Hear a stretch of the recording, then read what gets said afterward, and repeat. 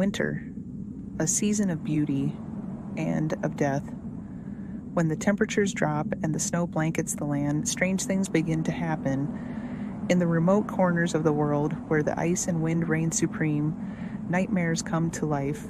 This is a true story of horror, a story of isolation, terror, and something lurking just beyond the reach of the light. If you are listening to this alone in the dark, brace yourself, because not all who step into the winter night return the same, if they return at all. It was supposed to be a dream getaway for 3 friends, Michael, Sarah, and Liam. They had been talking about it for months, the perfect escape from their stressful jobs and the chaos of everyday life. A once popular ski lodge, long abandoned, nestled high in the Rockies. They had found it online through a website listing off-the-grid experiences. It was cheap, secluded, perfect. The road leading up was rough, covered in snowdrifts, but they made it, laughing about how they were roughing it. The place was eerily intact, too intact for something left empty for over a decade. The furniture was untouched, the ski equipment still hanging on the walls. There was even a fresh, unnatural scent, as though someone had just cleaned.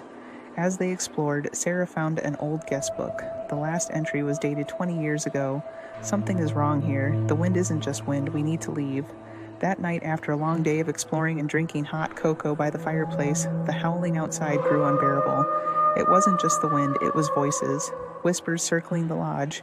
Then the tapping started, software persistent, against the frozen windows. Michael peered outside, expecting nothing, but there, standing motionless in the snow, were figures, not people, tall, gaunt, their faces obscured by frost, and then one moved. A slow, jerky step forward. Sarah let out a sharp gasp. The figures were not just standing, they were watching. The 3 friends scrambled to lock the doors and shut the blinds. The whispers didn't stop. In fact, they grew louder. Something scratched against the front door. Then from upstairs, a creak. They weren't alone inside. By dawn, the whispers had stopped. The figures were gone. The friends didn't even pack. They ran to their car and sped down the icy road. When they later checked the website they had booked through, the listing was gone. The lodge, no record of it ever existing. For Dr. Evelyn Carter, the Arctic was home. A seasoned researcher, she had spent years studying glacial shifts, traveling between research stations in the harshest conditions. But in 2019, during an isolated expedition to a frozen expanse in northern Canada, she saw something that still haunts her.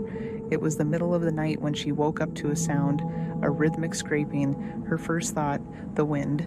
But as she sat up in her tent, she realized it was coming from inside the camp. Slowly unzipping the tent, her breath fogging in the freezing air, she saw tracks leading between the other research tents, bare footprints in the ice, human footprints, but they weren't hers, and no one else was awake.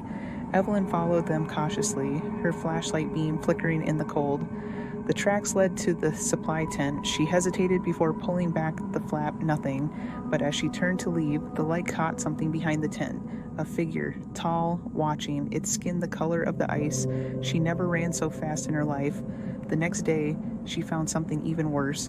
A handprint on the outside of her tent, not just any handprint, it had 6 fingers. When she reported it to her team, they dismissed it, but that night a teammate disappeared. The only trace left was a trail of footprints leading into the ice and stopping abruptly, as if they had been taken by something unseen. Ethan and Laura had been together for 5 years. Between work deadlines and the stress of daily routines, they barely had time for each other anymore. That's why this trip was important. No emails, no notifications, just them, the snow, and a crackling fireplace. They had one rule for their winter vacation: no hotels. They wanted isolation, an authentic experience, and most importantly, privacy. Hotels felt too impersonal, filled with thin walls and forced interactions. They were both tired of the noise of city life, the constant hustle, and the artificial hospitality of chain accommodations. A cabin in the wilderness, away from everything, seemed like the perfect escape. No distractions, no crowds, just them and nature. So when they found an old cabin rental deep in the Montana wilderness, they booked it without a second thought. It was beautiful, rustic, surrounded by towering pines and untouched snow. But something felt off the moment they arrived. The air was thick, heavy, like the silence had weight.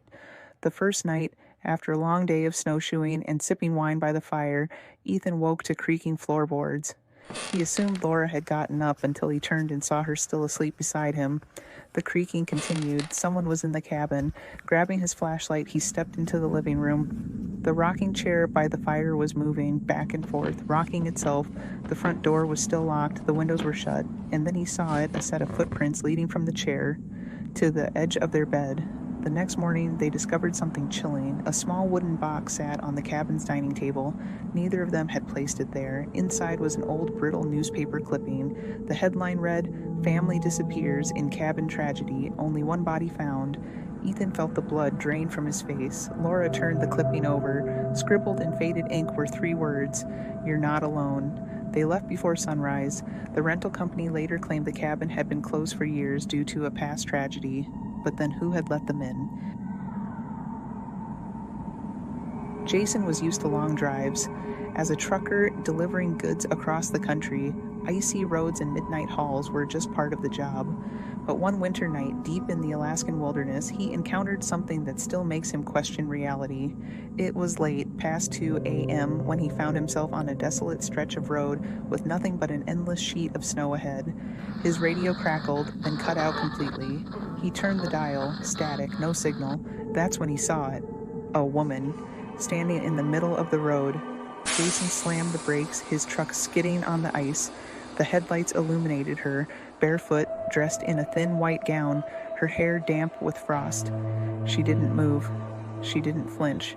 He rolled down his window slightly, his breath visible in the freezing air. "Ma'am, are you okay?"